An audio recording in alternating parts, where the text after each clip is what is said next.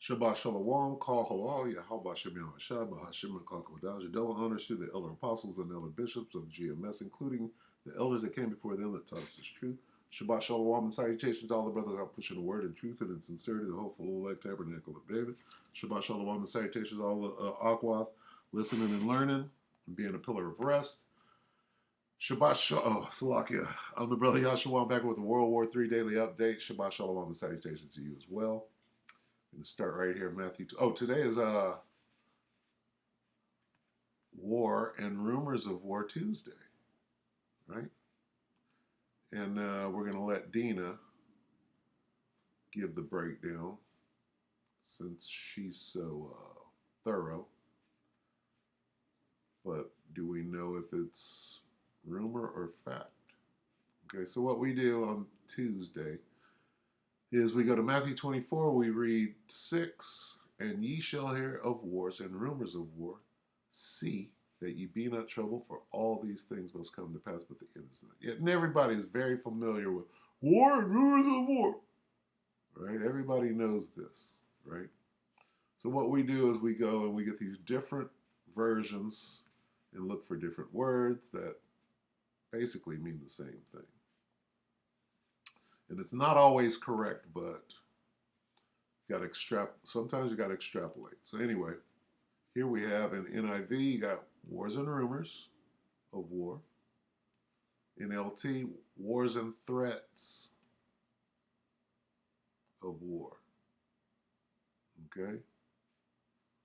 So you got rumors, threats, rumors, all the way down to reports. You got rumors, threats, reports, and where's news? Past it. The news of battles far away. So we got news, we got reports,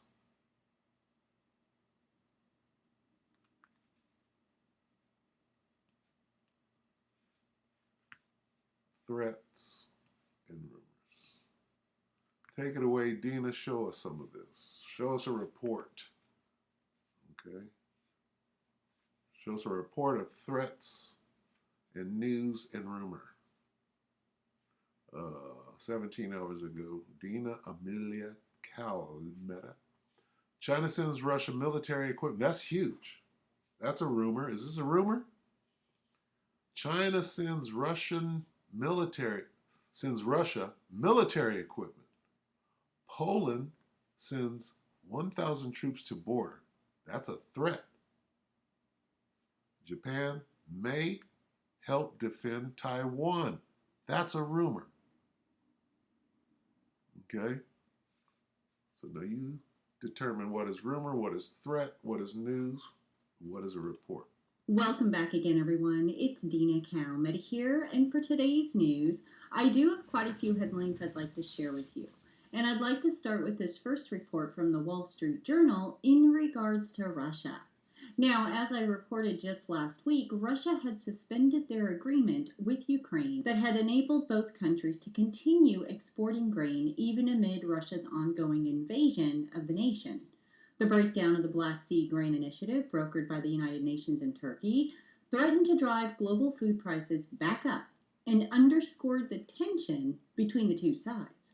Now, in addition to that, Russia issued a stark warning that it would consider any shipping through those waters a potential military target, which in turn brings the risk of war to the Black Sea. Moscow's withdrawal from the International Grain Export Agreement last week has pushed Russia and Ukraine to the brink of a new phase in their war, threatening Black Sea shipping lanes that supply much of the world's food. As I reported last week, Russia backed out of the grain agreement on Monday, reimposing a de facto blockade of Ukraine's largest ports. Russian forces also launched waves of missile and drone strikes on Ukraine's ports and grain export infrastructure last week, destroying more than 60 tons of grain. Russia threatened on Wednesday to attack any civilian ships heading to Ukraine, saying it would regard any such ships as potentially carrying military supplies. The warning also banned cargo ships from entering certain areas in international waters in the Black Sea. And this is how that famine is going to appear out of nowhere. Okay? This whole grain and wheat thing that is inextricably linked to this war. Ukraine responded with its own warning, saying that all ships heading to Russia in areas of Russian-occupied Ukraine would be considered to be carrying military cargo with all the associated risks. Russia and Ukraine now are risking a widening of the war that could have major consequences for global food security. Russia and Ukraine together accounted for 28% of the world's exported wheat before the war, with much of it shipped via the Black Sea. The shutdown of Ukraine's Black Sea exports last week has raised fears of a repeat of a global surge in food prices that resulted from the Russian invasion of Ukraine last year. Russia's blockade of Ukraine and threats to civilian ships have also thrust the Black Sea into the heart of a broader contest for power in the region, intensifying Moscow's efforts to impose its dominance over the waterway, according to military analysts. The Kremlin's freezing of the grain deal poses a challenge for neighboring Turkey and its president, who helped broker the agreement in the first place, and put pressure on Washington and NATO to respond. It goes on further to report that military analysts say it's unlikely that either Russia or Ukraine would attack civilian ships in the Black Sea. Instead, the warnings to ships in the region could have a chilling effect on insurers and shipping lines, deterring civilian cargo ships from the region. The risk of miscalculation is as high as it has been in the course of the war, and Turkey is reluctant to provide a military escort for grain ships because of the risk it would pose for Turkish forces. Finally, it reports that they're using the threat of war to deter commercial investment and engagement in the region. They don't even need to fire a missile. All they need to do is threaten it, because companies are losing out significantly. So this is a very serious situation. Number one, because of war, and number two, the impact this will have on grain and the economy, because prices are going to skyrocket. Food. So certainly a very precarious situation, and a precursor to the black horse in Revelation. Because she's correct. Okay, that goes into the famine, that goes into what do you call it? Hyperinflation, right? Food is going to be scarce and it's going to cost a whole lot of money. Not only the grain here that's affected, the global famine that has begun to take place all around the world, as I reported just last week. And I'll leave a link to that video below this video. But speaking of very precarious situations, the Russian president and Belarusian leader met on Sunday, according to the Kremlin, just 2 days after Moscow warned that any aggression against its neighbor and ally would be considered an attack on threats.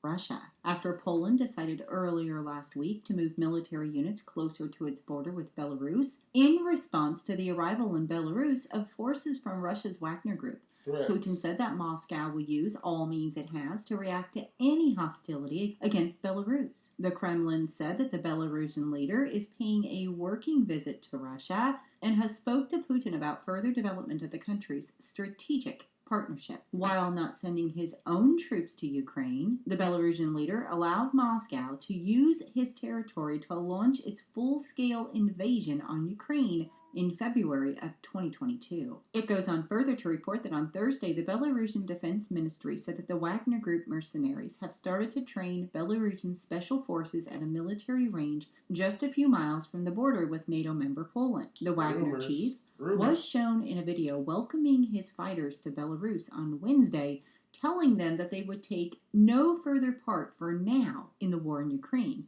Now, Poland has responded to the Belarusian Special Forces training by deploying 1,000 troops to its border. Now, in the meantime, it's also been reported that the Wagner fighters want to march on Poland, according to the Belarusian leader. Apparently, the Wagner Group wants to go on a tour to Poland to visit the capital, which they believe was a hub for providing Ukrainian troops with military hardware during the fighting for the key Donbas city known as Bakhmut. The Belarusian president said that they know where the military hardware to support Ukrainian troops came from during the fighting. He also noted that the Wagner members know what is going on around the Union state of Russia and Belarus, so he wouldn't like to have them relocated somewhere away from the center of the country, particularly given that they are in what he characterized as a bad mood. On Friday, Putin claimed that the Polish leaders are planning to form a NATO-backed coalition to intervene in the Ukraine conflict and take parts of western Ukraine. Belarusian territory might also be endangered, he added, again promising retaliation in case of any aggression against the Union state member. Now, with that on the table, Germany's defense minister has pledged support for Poland in the event the NATO member's eastern border comes under attack from Belarus or Russia. On Friday, the defense minister emphasized that if Poland wants assistance, it will receive it since they are trusted NATO members. So we can confidently say that we are prepared. Sound like World War III to you? When you talk about World War II, Germany, Poland, Russia, America, same players, okay? The same players are involved. So, I mean, we could go on with this. It's just more of the same. They go into Japan, what's going on in Japan. They go into what's going on in Israel, right here. So everything's in there. Okay, where's Japan? Japan, Taiwan. Oh, China, Slovakia. China, Taiwan.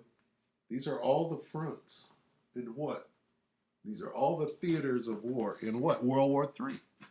All right, so if you want to see the rest of this go, it's on Dina's page. China sends Russia military equipment. Is that a surprise? No, they're allies. This thing's going down. Let's read a couple of these. Thank you, Dina, for sharing important prophetic news. We're living in a shaky world. Many warm thoughts and prayers. Wow, it won't be long now. Another awesome report. I agree. Good job, Dina. Notice how Chinese and Russian warships have English registration numbers on all their hulls on this world stage. Woo! Look at that. This goes directly into the video I just made, right? Going into the evil plot, right? From the top down, they're in cahoots. That's what this is saying. Really, they're all in on this together. And they're coming against us. Thanks for the what update? Is that report? Thanks for the report. For the rumor report. You need to do more what? Reports. What? Threats and what? Battles and reports. Reports of war.